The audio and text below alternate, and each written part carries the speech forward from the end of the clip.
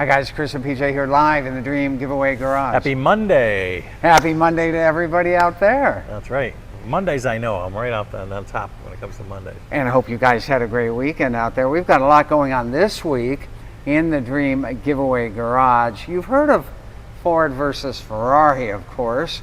And there's our Ford GT that we're giving away. But what if it was Dodge versus Porsche? What? Think about that. An alternate universe where Dodge puts together the best of the best of the best to take on the best of Porsche. Which one would win? That's an interesting question, Chris. Which one would win? Very interesting question. It depends what kind of race you're involved with. So if we're talking any sort of road course, whether it's Le Mans, whether it's the Nürburgring, whether it's Watkins Glen or Sebring, well, the Porsche, of course. It just handles better? Oh, yeah. There's no comparison. If, however, you're trying to get about 1,320 feet in a straight line, well, I would tell you that the Dodge is going to be the victor of that little contest. Chris is talking about a quarter mile. That's correct. Big difference in horsepower. On the Porsche here, we have, about 490 horsepower, 497? That seems kind of low compared to some of the other horsepower numbers that we see in the garage. Well, we'll tell you why in a moment. The Dodge over there, 885 horsepower because of the direct connection stage 2 kit, which takes that Hellcat from 808 all the way up to 885. But the big difference here is really weight and engineering. Okay. The Porsche, of course, nearly a $200,000 German sports car. And fighting weight on this comes in about 3,000 pounds or so. As you can tell simply by looking, the Dodge, if this is a featherweight, this is definitely a heavyweight, right? 4,600 pounds, probably all day long on this one. And that's even with the Anderson composite lightning panels on here, including the hood, including the spoiler on the back, so yeah, on this hood is so pretty forth. impressive, I have to say. As much as, like you're saying, a little bit more weight, but boy, you can't beat this kind of engine bay. Right, so much different. The other thing is, where is the engine located? On the Dodge, it's right up front. On the Porsche, of course, it's right back here, mid-engine placement. You can just barely kind of see it in there. So in that alternate universe, which one is going to win the race? What do you guys think? Vader says, I'll take the Porsche, a true driver's car. Very much Chris, you've so. driven this car, and you said the same thing. Very much a driver's car, very much an analog car. You could have never driven a Porsche in your life. You can get in the car, and within moments, you know where the gauges are. You're not worrying about pushing buttons on some sort of iPad screen to get to something. It's analog, and it's very, very intuitive.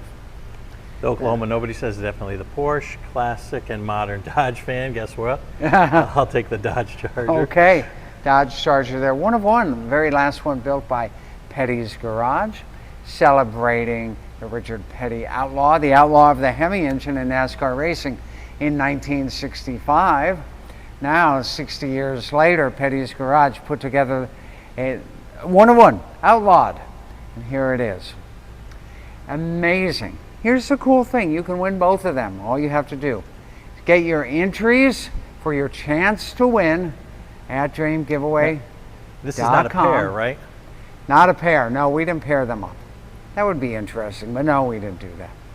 Okay, we're going to talk about a couple other things, so maybe I'll answer some questions on the Porsche and on the Dodge. First of all, PJ was, I won't say they ransacked you. What did they do? You got emails today from 3 different people saying that we're not giving away a 57 Chevy, that we're giving away a 55 Chevy. Let's take a look and see what is going on here, Chris. So we've got this beautiful 57 Chevy, rest of beautiful 57 Chevy. With $400,000. And look at the front end. The grille's a 57. Look at the rockets on the hood, 57. They come all the way to the back. Let's go around the other Yeah, way. I think the tail fins are 57. Tail fins are 57. And you can tell kind of almost by the way it looks like a 7 right here, right? That's correct. The Yeah, the angle. 57. That looks like a 7. And in case you guys forgot where the gas cap is Look at that. on a right there. 57. It's hiding. If it were a 55, a couple of things. There's a 55, there'd be a gas cap about right here. But here's why guys at first blush thought it was a 55. Remember, this is a resto mod. You can put anything you want on it when you're building a resto mod. The trim pieces right here are definitely 55 and not 57. But the 55 has both the trim on the front and On the the back. front and the rear, as part of this resto mod build, they took the trim pieces from the rear of the 55, the spear, if you would call it that, on both quarter panels, and that's all they saw. So they said, you guys are wrong, you're giving away a 55 Chevy.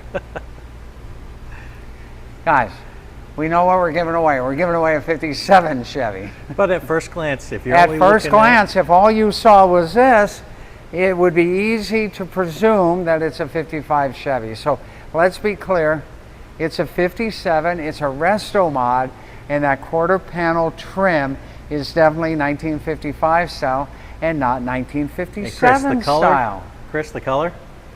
Fire, red, mist. Rebecca says, love the red, so classic. So glad Rebecca's watching today.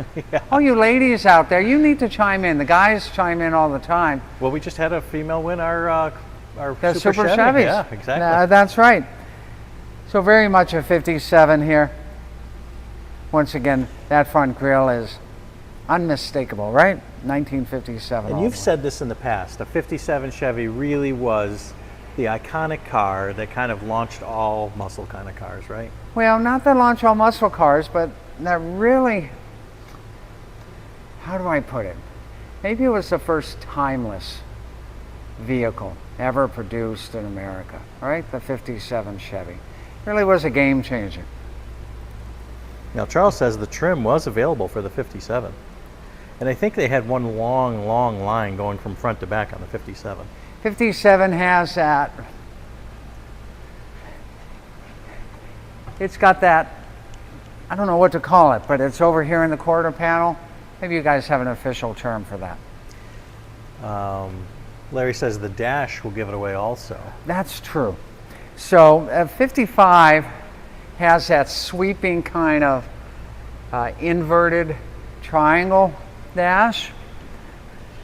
57 has 3 individual pods.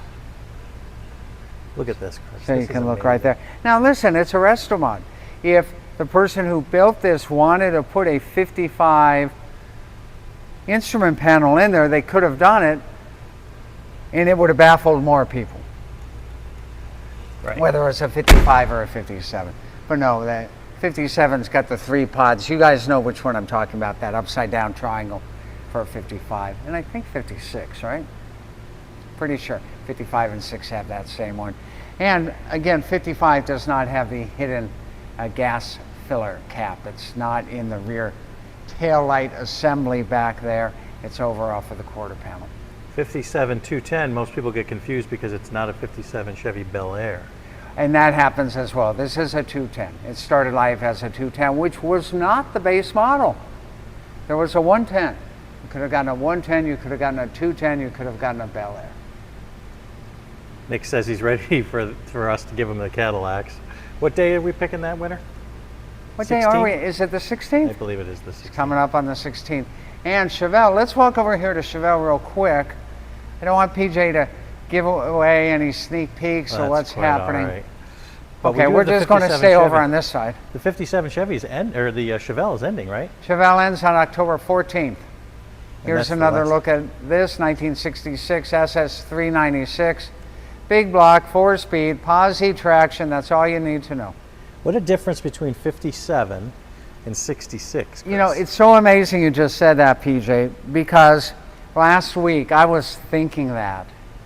What a dramatic difference in 9 years of styling between the Harley Earl era of 50s 19 Chevrolet to 1966 to the Bill Mitchell era of Chevrolet, It's so night and day. If you think about today, if you look at whatever you're driving now, let's say you're driving, I don't know, a Chevy, a Buick, a Toyota, whatever. If you look at that same car 9 years ago, it looks the same. But if you compare a 57 Chevy to a 66 Chevy, they're entirely different in their style and in their look. Impressive.